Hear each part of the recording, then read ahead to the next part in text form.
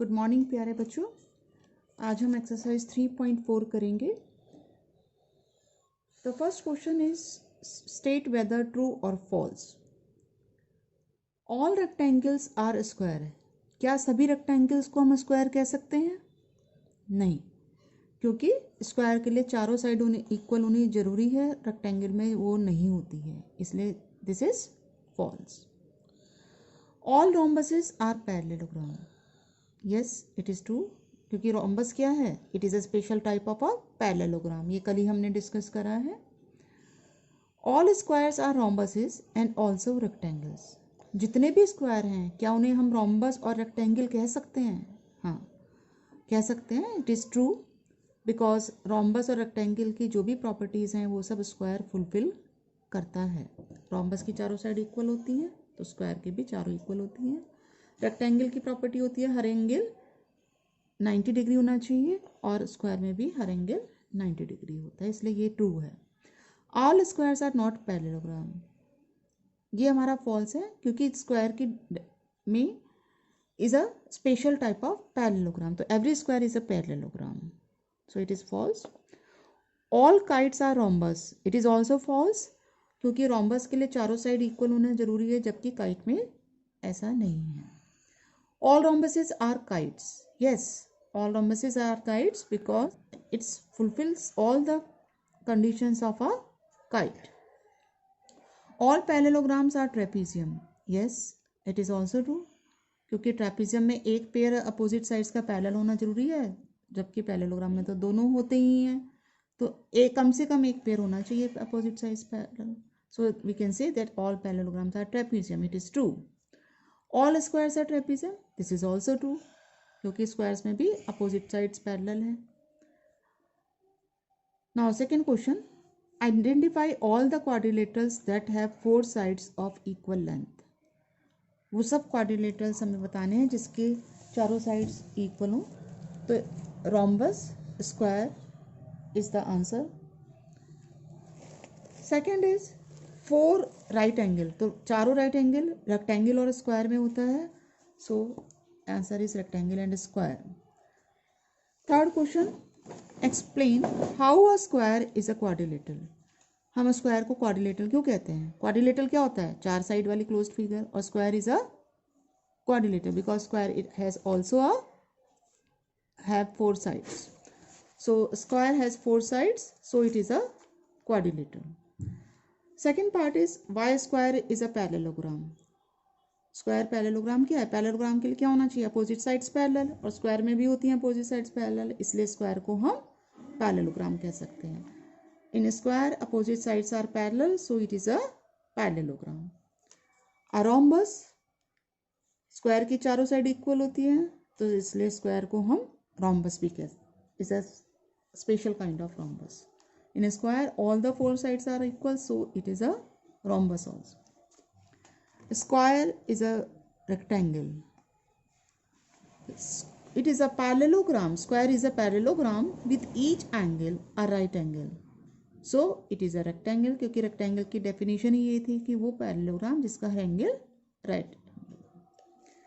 Next question is name the quadrilaterals whose diagonals bisect each other. ये हम कल कर चुके हैं। पैरेललोग्राम के डायगोनल्स बाइसेक्ट करते हैं, और जितने भी स्पेशल टाइप के पैरेललोग्राम्स हैं जैसे रोम्बस, रेक्टेंगल एंड स्क्वायर, उनके भी डायगोनल्स बाइसेक्ट करते हैं।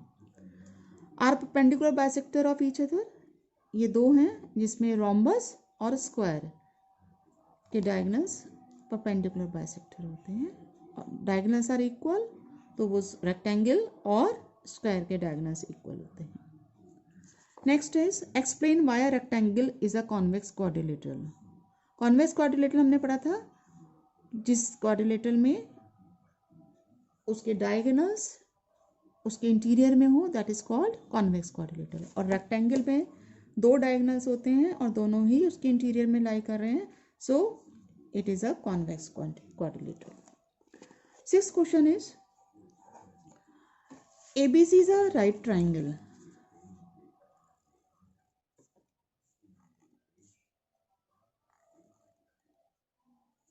A, B, C, is a right triangle and O is the midpoint of side opposite to right angle, मतलब AC का मिड पॉइंट हो गया O। तो explain why O is equidistant from A, B and C। हमें बताना है कि O का इन तीनों पॉइंट से क्यों इक्वल है। तो इन दोनों से तो इक्वल है ही, गिवन ही है ये। तो हमें ये भी दिखाना है कि ये इसके भी इक्वल है। तो हम क्या करेंगे, यहाँ से एक लाइन ड्रॉ करेंगे जो इसके पैरेलल होगी BC की, और C से एक लाइन ड्रॉ करेंगे जो AB के पैरेलल होगी। तो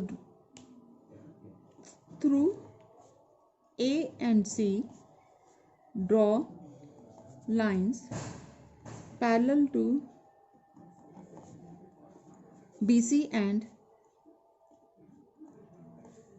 BA to intersect at D। इस पॉइंट को हम D मान लेंगे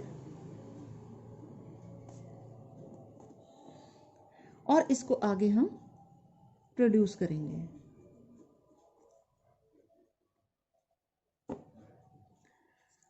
अब ये पैरेललोग्राम बन गया और इसमें ये एंगल 90 है, तो ये भी 90 हो गया, क्योंकि एडजेसेंट एंगल का सम 180 होता है। ये भी 90 हो गया, ये भी 90 हो गया। तो चारों एंगल 90 हो गए और अपोजिट साइड्स पैरेलल हैं, तो ये क्या बन गया, रेक्टेंगल। And each angle